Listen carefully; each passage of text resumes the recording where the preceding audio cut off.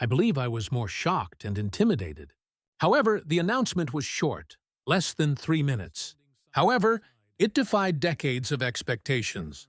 Prince William and Catherine, standing side by side, announced that Westminster Abbey would host their historic coronation ceremony on June 27. William's voice was calm and powerful. However, the secret weight behind those words was shown by Catherine's faltering breath. This was more than just a date. That was when Britain realized that the future had come. Make sure to subscribe so you don't miss any updates before we delve further into what this actually implies for the royal family. William repeated the date after tightening his grip on the lectern.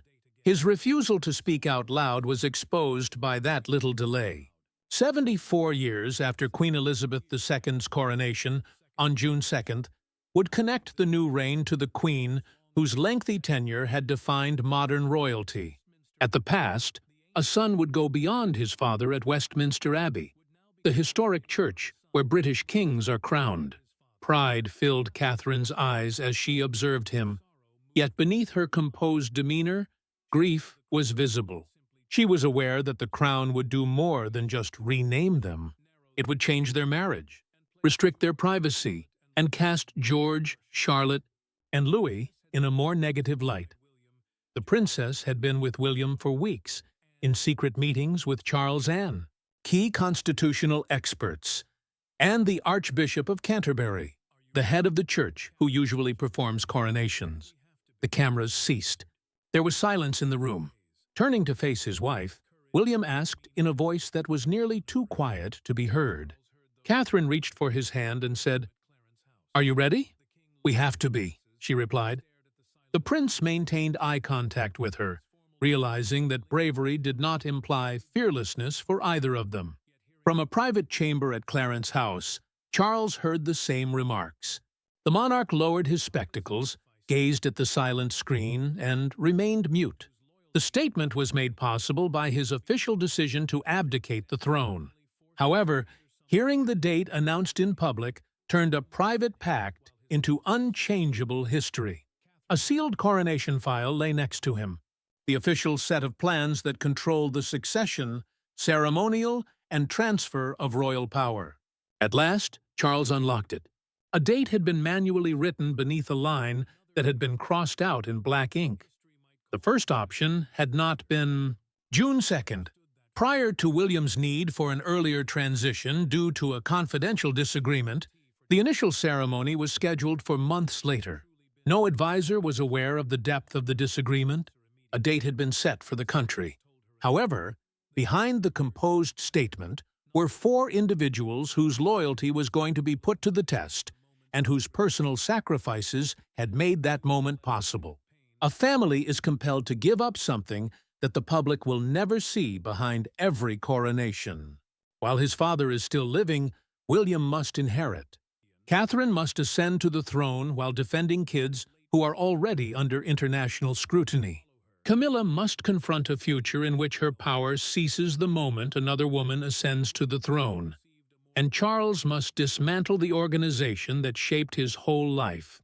Since his early years, William had been preparing for the throne, but this had never been part of that preparation. Instead of a live father moving away while still able to hear the bells announcing his replacement, he had imagined the crown arriving through mourning. That distinction was significant. It transformed success into something perilously near to treachery and duty into remorse. In a different way, Catherine experienced the same pressure. She would go on to become queen, the senior lady of the new reign, and the crowned companion of the monarch. She still had 3 kids, though, who needed to be shielded from the surrounding machinery. When she went into George's room following the announcement, she saw him using a tablet to read the responses from the public. "You are still allowed to be a child," she said, softly closing the screen. The young heir turned to face her and inquired as to whether this would hold true following the coronation. Even though she was aware that the crown had already started to alter his life, she assured him that it would. With the scarlet boxes he had unlocked during his reign, Charles sat by himself. These were the locked containers containing official state documents that needed to be attended to by the sovereign. After putting one hand on the last coronation briefing, the king instructed an assistant to take it off. He thought that resigning would shield the monarchy from doubt, but he was tormented by another concern. His sacrifice could be considered a failure by history. Because her own future was becoming more limited, Camilla could relate to that anxiety.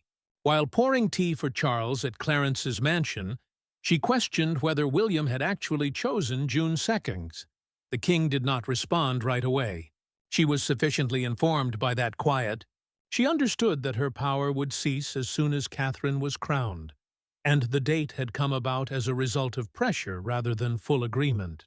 Anne refused to allow personal suffering to turn into harm to the public.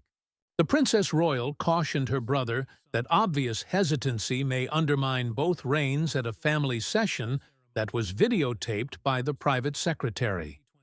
Charles listened, but when she informed him that his son's full support was now necessary for his dignity, his face stiffened. Catherine had one more secret. She had received a confidential letter prepared by the late Queen for the woman who would eventually succeed her as the senior female figure in the kingdom from a reliable palace guardian. She hadn't opened it. Soon after, William got a more direct warning. If one last need was met, Charles would be in favor of the coronation. The narrative must go back to the private ceremony that turned doubt into a dead end in order to comprehend why a parent would impose requirements on his son's coronation. There was neither a public declaration nor a constitutional text that started the journey to June 2.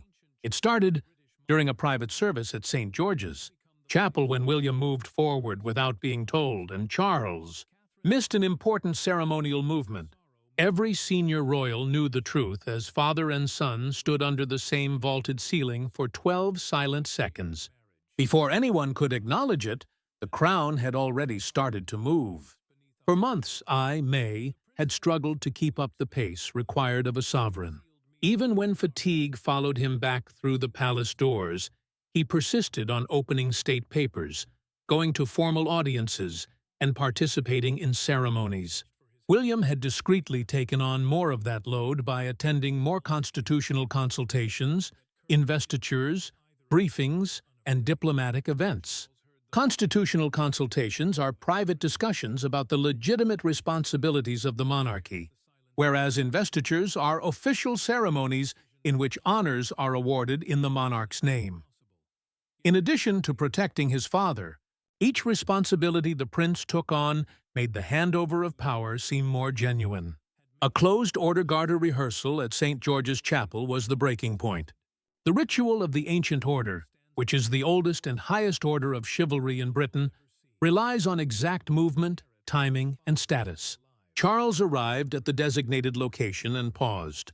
When the next movement started, he did not react, since he was staring at the incorrect side of the chapel.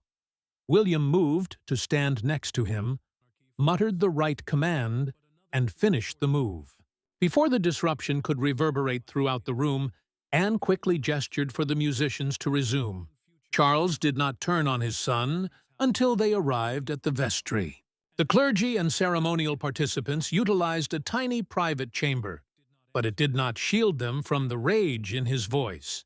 "William," he said, "seems too eager to seize power." Clenching his ceremonial gloves, the prince said that he had taken action because his father was scared. The monarch was more hurt by that one word than by any public censure. Later, Catherine discovered William by himself, still clutching those gloves so firmly that the leather had crumpled over his palm. He said that it had seemed like a betrayal to assist Charles, as every responsibility required him to get ready to take his father's place, while every instinct prompted him to defend him. She reminded him that he had avoided shame by coming forward. However, the future king was unable to avoid the guilt. Later, in a private family consultation that was videotaped, Anne confronted Charles. The chapel situation was not humiliating, she assured her brother. It served as a caution. His dignity might be maintained with a smooth transition. Charles performed that evening, even though an unexpected catastrophe could destroy it. He gave constitutional advisers two plans to draft. A regency denotes both the voluntary abdication of the monarchy and the temporary transfer of royal responsibilities.